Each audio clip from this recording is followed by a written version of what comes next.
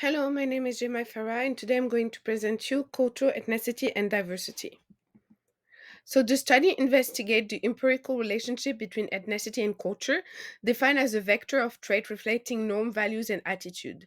It's using a survey data of 76 countries that researchers find to find that ethnic identity is a significant predictor of cultural values, yet within group variation in cultural trends between group variation. So this contradicts the commonly held view that ethnic and cultural diversity are unrelated. Although only a small portion of countries' overall cultural heterogeneity occurs between groups, various political economy outcomes, such as civil conflict or public goods provision, worsen when there is a greater overlap between ethnic and culture. And ethnic cleavage are often associated with deep differences in culture between groups, as they may be unable to agree on policy or the provision of public goods or the broader goals of society. In which country debates rage over multiculturalism and whether population movement brought about by globalization and modernity and will result in cultural division and the breakdown of social consensus. However, there is little quantitative research on the relationship between ethnicity and culture. So the research explored the relationship between the ethno-linguistic identity and the culture using individual level data from various surveys such as the word value survey. They find that ethnicity dummy variables are jointly significant predictor of responses for about half of the question, although this average masks significant heterogeneity across countries. So, ethnic identity appeared to be an important determinant of cultural norm, values, and preferences. And a very different picture emerged when analyzing the relationship between cultural and fractional nationalization and ethnic fractionalization. They propose a new measures of cultural defined as the probability that two randomly drawn individual answer a randomly drawn question from the word value survey differently. In contrast to many observers priors, they found that heterogeneity in norms, values, and preferences is incorrelated with the ethno-linguistic fractionalization across the country. So, to reconcile these seemingly contradictory results, the research proposed new indices of the degree of overlap between ethnicity and culture, and derived from a simple model of social antagonism. So, the first index that captures the average distance between the answer of each ethnic group and the answer in the overall population. And the second index developed in the context of population genetic and is known as the fixation index. And the study explores the impact of cultural diversity between ethnic groups on civil conflicts and public good. So the research finds that both cultural and ethnic diversity have weak effect on civil conflict and public good. And higher cultural diversity reduce the probability of civil conflict and increase public good. So, however, in countries where ethnicity is more strongly predictive of culture, violent conflict is more likely and public goods provision tend to be lower. This suggests that society where individual differs from each other in both ethnicity and culture have greater social antagonism and worse political economy outcomes. The paper is related to various stands of the literature on ethno-linguistic diversity, which study the relationship between the ethno-linguistic diversity and political economy outcomes using the conventional measures of diversity. And the second strand seeks to advance the measurements of diversity by considering alternative indices that improve and simple fractionalization. And the measure can take different forms, such as an accounting for distance between groups, income inequality between ethnic group, or the historical depths of the ethnic cleavage.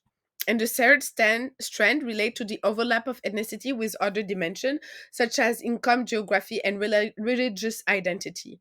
And the paper differs from previous work because it's focused on the cultural value, explicitly like relating measure to a simple model of social antagonism and developing new measures of cultural diversity and analyzing their correlates. It also looks at the effect of this index on the broader range of political economy outcomes, just beyond even civil conflict.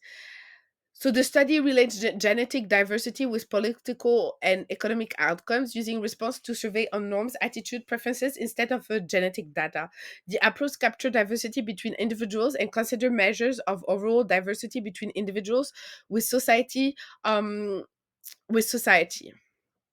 And this study examines, while it examines the relationship between ethnic identity and cultural attitudes by using world value survey, it involves individual level data on answer to question on norms, value, and preferences, as well as corresponding data on the respondent's ethnic or linguistic identity. And the study aimed to determine the joint statistical significance of indicator of ethno-linguistic identity as determinants of survey response, question by question and country by country, controlling for observable individual characteristic. So the data consists of almost 1,000 fields, including those with binary response and ordered response, and those with strictly more than two possible response. The study focused on the broader set of available questions without casting judgment on which one are more representative of an attitude and preferences. And out of the 941 question, on average 294 were asked in each country, with an average number of 1,000 and a half responded across all wave. So in conclusion, the study provides valuable insights into the relationship between ethnic identity and cultural attitude, and it choose either ethnic the when the researchers choose either ethnic identity or language based on which give groups share the most resemblance, those in previous study control variables and data set and consist of the respondents' age, sex, education, and household income. So the average share of question for each ethnicity dummies are jointly significant across all countries, as 43% suggesting that ethnic identity is important determinant of response to many questions. And this average mass variation across region, with higher shares in South Asia, East Asia, and Sub-Saharan Africa, and lower shares in Latin America and Western Europe. This more share in Latin America could be due to the fact that linguistic and religious identity in Latin America is much more homogeneous than in the place where ethnic identity is a stronger predictor of culture, such as Africa. The breakdown by question category show little variation, with ethnic identity mattering more for question pertaining the region or morals, than those pertaining a national identity, and a bit less for question related to work. The same breakdown by category continent and by continent finds little variation in share of regression with significant ethnic dummies. So the results are robust to these additional conditions, with the largest impact being the inclusion of regional dummies. And this is possibly due to the culinary between ethnicity and region dummies, as in many countries, ethnic groups have a regional basis. For religion and urban category, the effect on the share of significant ethnic dummies is less pronounced. So, the study presents a simple model of social antagonism to guide the choice of functional forms for the heterogeneity measures used in the empirical investigation. It yields in this indices of ethnic diversity, cultural diversity, and their overlap.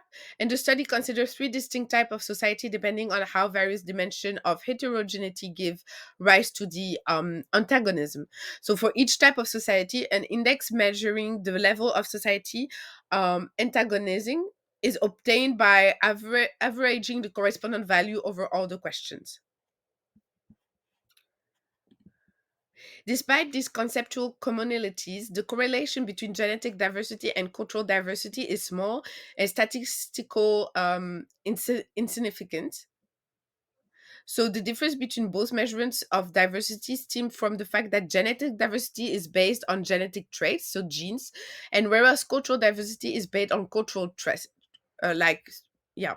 Initial conditions are different for genes and memes, and rates of cultural and genetic change differ from each other. Here, by memes, they mean like more behavior or attitude.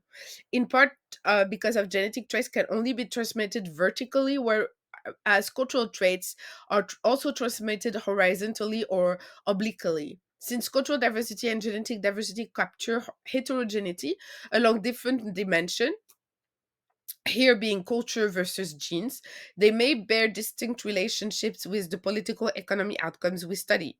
So, in conclusion, the study highlights the importance of considering cultural diversity and its impact on civil conflicts and public good. While ethnic fractionalization does not predict this outcome, cultural diversity can help reduce conflict and increase public good provision. The study explores the relationship between ethnicity and culture, a topic that has been a subject of debate in population genetics, and some paper argued that between race genetic variation was a small part of the overall variation, while within group diversity counted for more variation. And the study also addressed the ongoing debate in social science about whether ethnic, linguistic, and religious identity are constructed or reflect a primordial difference between different group of humans.